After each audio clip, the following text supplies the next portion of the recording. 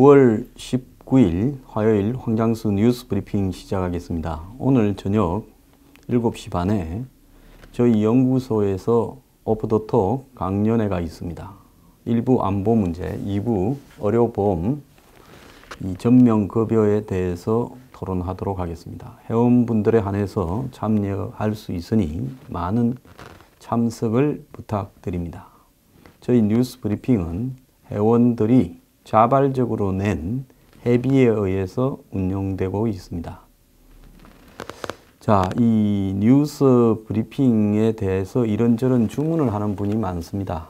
어제 문 대통령과 트럼프 통화에서 트럼프가 했던 Long gas line forming in North Korea too bad라고 했던 문제에 대해서 이런저런 의견을 많이들 다루셨는데요. 뭐 그런저런 의견은 나올 수 있습니다.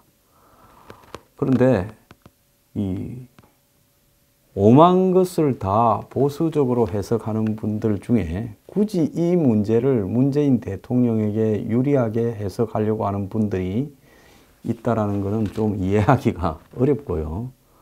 저는 제가 바보 아닙니다. 한국에서 남북러 가스관 문제에 대해서 가장 먼저 제가 블라디보스토크 가기 전에 한 달도 전에 문제를 제기를 했고요. 이 문제를 문 대통령이 9월 초에 블라디보스토크에 가서 북한을 위해서 하려고 했다. 그런데 북핵 6차 실험이 터지고 난 뒤에 이 문제를 이야기는 해놓고 살짝 덮었다고 제가 말을 했습니다. 이런 문제에 대해서 용기와 나름대로의 정보, 소신이 없다면 문제를 제기할 수 없는 겁니다. 제가 트럼프가 Long gas line forming in North Korea라고 이야기한 부분에 대해서 중의적으로 해석을 해서 이 중의법이라는 게 있지 않습니까? 한국말에도 있고 영어에도 있어요. 트럼프도 나름 문학을 많이 공부한 사람으로 알고 있습니다. 그러면 트럼프가 Long gas line이라고 하는 부분을 결국 북한에 있는 이 긴 가스 라인이라는 부분에 대해서 문제가 있다라고 말한 거나 뭐 이 Long gas line이 북한의 긴 주유소에 줄이 서 있다라고 이야기하는 부분에서 제가 말한 부분이 틀렸다라고 하는 보장이 어디 있습니까? 저는 이런 어떤 트럼프의 중의법을 해석해서 문재인 정권이 북한에 퍼주려고 하는 남북러 가스관 문제를 또 추가적으로 제기할 수 있는 거고요. 어제 청와대가 화들짝 놀라가지고 별의별 소리를 다 했습니다. 이 오보에 대해서 말 조심해라고 하고 굉장한 유감이다라고 이 유감을 표명하고 더 나아가서 사자성어까지 갖다 댔어요. 단장 지휘, 필요한 부분만 빼서 마음대로 해석을 한다라는 부분까지도 이야기를 하면서 안보 상황이 엄중한 속에서 작은 불씨가 휘발성이 높은 한반도에 불꽃이 될 수 있다. 이러면서 저와 같이 이야기한 몇몇 언론을 비판했습니다. 자, 그러면 애초에 작은 불씨가 불꽃이 되지 않도록 대통령이라는 분이 조심을 해야지요. 그러지 않습니까? 누가 누구를 탓을 해요? 이 와중에 북한에 800만 불을 준다. 북한에 가스관을 연결해 준다. 더 나아가지고 낮은 핫산에 공단을 추가로 만든다. 이런 이야기를 푸틴하고 하고 오고 통일부가 발표하고 그러면 됩니까? 누구한테 책임을 전가하는 거예요? 저는요, 제 이 해석에 대해서 번복할 생각이 전혀 없고 저는 중의법에 의해서 옳은 해석을 했다고 지금도 확신합니다. 뭘 조심해요? 공갈칩니까? 국익 생각하는 사람이 그따위로 발표를 하고 밑에서 구멍을 파서 북한에 주려고 그따위 짓을 해요? 누가 누구한테 나무라고 있어요? 북한에 무슨 주유소가 많아서 북한 주민들 중에 차를 가진 사람이 뭐가 많아서 북한의 주유소에서 일반적인 남한의 주유소처럼 기름 공급이 중단되니까 기름을 넣으려고 차가 줄을 서는 일이 북한에서 어디 있어요? 북한의 기름도 배급제입니다. 무슨 소리를 하고 자빠졌어요? 일반 북한의 시민들 중에 주유소에서 기름 넣을 수 있는 사람이 누가 있어요? 자, 이 관용 어구다. 롱가스 라인이 주유소에 늘어서 있는 긴 줄이라는 관용 어구라면 그 관용 어구가 북한에 맞습니까? 제가요, 문재인 정권에 뭐 확인해달라는 거 좋아하지 않습니까? 지난번에 이 아베가 트럼프 말을 전달했다고 하는 보도에 대해서 아사히 TV입니까? 한국 정부에서 일본의 정부에다가 이게 사실이 아님을 확인해달라 했는데요. 이거 잘 됐네요. 트럼프한테 확인 받아오세요. 트럼프의 이 더입 발언이 북한 주유소에 길게 늘어선 걸 의미하지 남북러 가스관을 의미하는 게 아니라고 확인을 청와대에서 받아오면 제가 정중히 100배 사과하겠습니다. 그 전에 단장 지인이 지랄 같은 소리 그만하길 바랍니다. 누가 누구한테 가르치려고 들어요. 하태경 의원요? 이걸 갖고 또 청와대에 편들었더만요. 더불어민주당으로 2020년 총선에 출마하려고 합니까? 일부 보수에 있는 무슨 인사라는 사람도 편들고 자빠졌는데 세상이 참 수상하니까 별의별 희한한 일도 많습니다. 이거는 이쯤 하겠습니다. 자, 미국이 지금 북한에 대해서 군사 행동을 경고하고 있다라는 보도들이 많이 나오고 있습니다. 어제는 미국의 B-1B 2대가 일본에 쓰던 F-35B 스텔스 전투기 4대와 더불어서 DMZ 주변을 바짝 붙어서 날고 폭격 실험까지도 했습니다. 자, DMZ 근처에 오지 말아라고 했던 한국 정부의 얼마 전의 행동이 얼마나 창피한지 스스로 느껴야 될 겁니다. 자, 미국에서 신중하기로 유명한 매티스 국방장관, 이분은 별명이 수도사, 수사입니다. 결혼도 하지 않고 혼자 살고 양아들을 두고 있는 걸로 알고 있습니다. 이 사람이 서울을 중대한 위험에 빠뜨리지 않고 북한에 대해서 군사 옵션을 행사하는 방안이 존재한다고 밝혀 주목을 받고 있습니다. 자, 매티스 장관은 국방부에서 기자들에 대해서 서울을 중대한 위험에 빠뜨리지 않고 북한에 취할 수 있는 군사 옵션이 있느냐고 묻자 그렇다고 이야기를 하면서 상세히 말은 하지 않겠다고 이야기를 했습니다. 비록 구체적인 방안에 대해서 함구했지만은 군사 옵션 시나리오를 언급하기는 매티스 장관 입으로 하기는 처음입니다. 그는 북핵과 탄도미사일 시설 등에 대한 정밀한 선제 예방 타격과 서울을 겨냥해서 배치된 휴전선에 있는 장사정포나 방사포 등을 지금 수천 문에 이른다고 보이는데 이것을 무력화하고 그 다음에 북한 지도부 제거 등을 염두에 둔 이 발언으로 지금 짐작이 되고 있습니다. 이와 관련해서 니키 헤일리 미국 대사는 CNN 인터뷰에서 트럼프의 화염과 분노는 그냥 뻥이 아니다 라고 했고, 틸러슨 국무장관은 외교 노력이 실패할 때는 군사 옵션밖에 없다. 그리고 맥마스터 안보 보좌관은 트럼프 핵무기 위협을 용인하지 않는다라고 이야기를 했습니다. 지금 스페인도 북한 대사를 추방하고 또 베트남 공산국가죠. 북한 외교관을 추방했습니다. 세계 곳곳에서 지금 북한에 대한 압력이 이렇게 가중되고 있는데요. 자, 그래서 미국이 급기야 지금 북한에 대해서 한국의 피해가 없지는 않겠지만 최소화할 수 있는 방향으로 군사적 옵션까지도 생각한다고 이야기를 하는 단계로 지금 변화하고 있다는 겁니다. 그런데 문 대통령이 이번에 유엔에 가서 또 지난번 8월 15일 전후로 3번이나 이야기한 것처럼 그때 괌에 대해서 북한이 포위 사격을 하겠다니까 문 대통령이 뭐라고 했습니까? 전쟁은 결코 안 된다. 한반도에서 안 된다고 이야기를 했습니다. 북한이 미국에 대해서 괌의 미국 영토에 대해서 핵을 탑재한 미사일을 쏴도 한국에서 전쟁은 안 된다고 이야기하는 문 대통령의 발언은 결국은 미국의 북한에 대한 군사적 옵션을 한국 대통령이 배제해라고 말을 하는 것이고, 더 나아가서 북한을 등 뒤에 숨겨주는 역할을 수행하고 있고, 이것으로 한국은 미국의 동맹이 아니라는 부분에 대해서 명확하게 자기 색깔을 드러낸 부분이라고 봅니다. 전쟁 좋아하는 사람 아무도 없고 여기 있는 저부터도 전쟁 일어나는 거 싫습니다.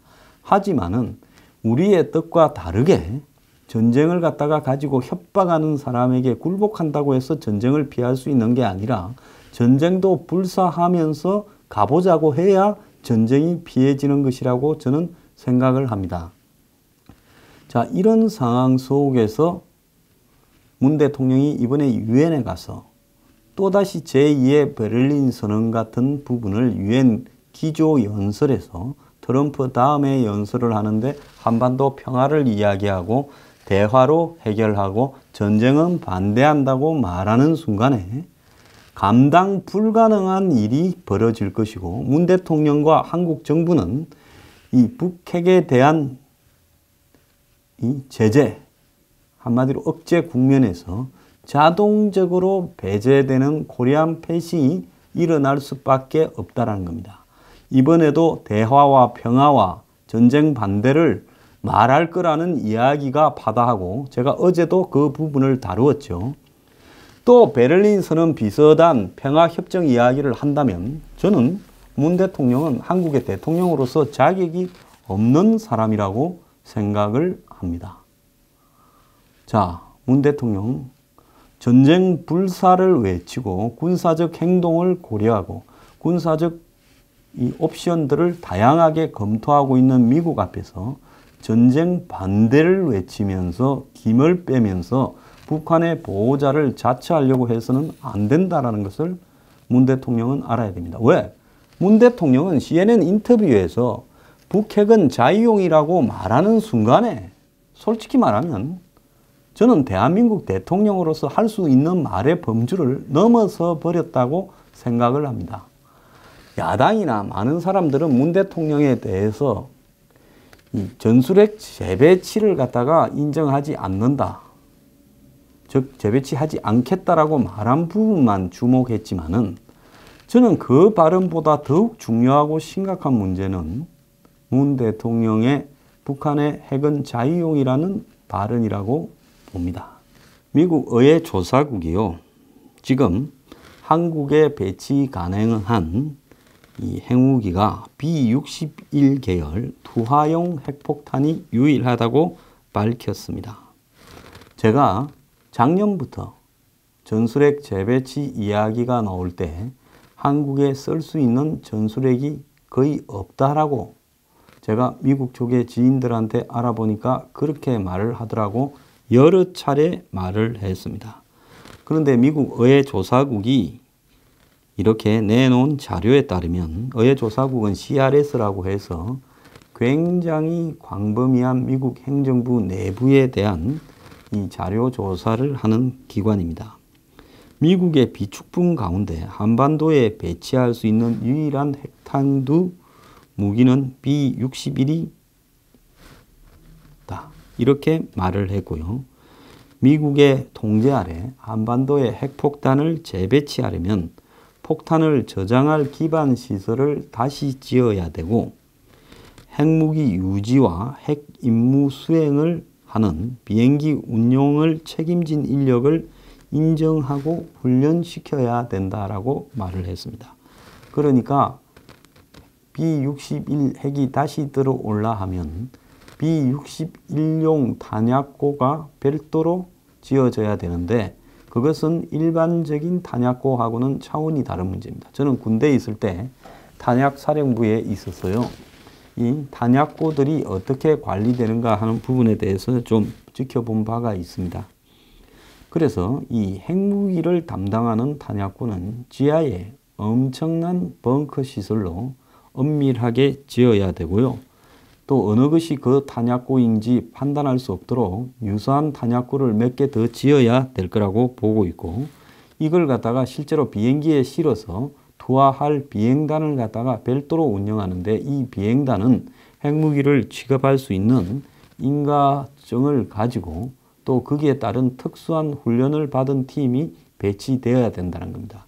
그래서 단지 핵무기 하나만 들어오는 게 아니라 특수한 저장시설과 보관시설과 더 나아가서 이걸 투하할 수 있는 특수한 이 항공대가 별도로 운영돼야 된다는 겁니다. 자, 여러 가지 형태의 다양한 핵탄두가 거론됐습니다만은 B-61은 현재 독일, 벨기에, 이탈리아, 터키, 네덜란드 등 유럽 5개국의 나토 기지에 180기가 이렇게 배치되어 있고, 폭발력은 350킬로톤이라서 히로시마, 나가사키의 20배 수준이라고 알려지고 있는데요. 이 CARS는 한반도 핵무기 배치에 대한 장단점과 미국 내의 여론도 이렇게 아울러 소개하고 있는데요.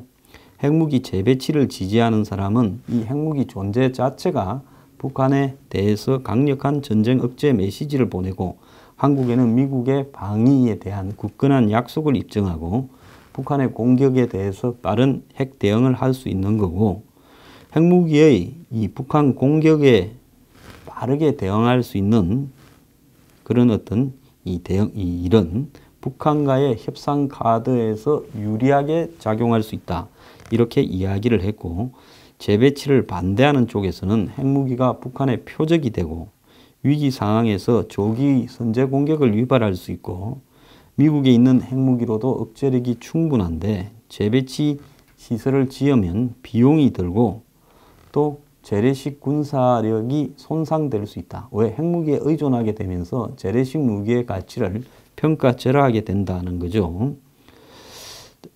어떤 사람들은 핵무기 저장, 보관, 안전을 위한 기반 시설에 드는 비용이 군사적 다른 우선 사항에 들어가는 재원을 소모할 수 있고, 운용 요원을 훈련하고 인정하는 데 드는 시간이 다른 군사 임무 준비 태세를 훼손할 수 있다고 생각을 한다. 그래서 한반도 전술핵 재배치에 드는 시간과 비용을 줄이려면 해상기지 옵션을 활용하는 방안도 제기된다라고 말을 했습니다. 또 CRS는 중국이 한반도 전술핵 재배치에 대해 도발 행위로 간주할 수 있다라고 이야기하는데요. 이 CRS의 내용을 참고로 해볼 때 핵무기를 재배치하려면 한국 정부가 나서서 거기에 따르는 비용과 또 운용 인력 등에 대한 부담을 하겠다라고 하면서 다른 재래식 무기에 대한 훼손도 없다라고 확약을 하는 적극적인 조치가 있어야 핵무기가 한반도에 배치될 건데요. 지금 문재인 정권처럼 한반도에 전술 핵무기 필요 없다, 이렇게 말하는 상황 속에서는 이 일이 되기가 불가능하다, 이렇게 보입니다. 자, 문 대통령요, 전술핵 무기가 한국에 배치되는데 찬성하지 않고 한반도 전쟁을 반대한다면, 그러면 당신 생각에 북한을 비핵화할 수 있는 방법이 무엇인지를 밝히고요, 이런 부분을 못하도록 막는 당신의 행동에, 그 판단에 잘못이 있을 경우에는 어떻게 국민 앞에 책임을 질 것인지 밝혀야 될 겁니다. 자, 유엔에 가서요, 또다시 베를린에 가서 한 것처럼 사고를 치지 말기를 정말 강력히 바라고 경고합니다.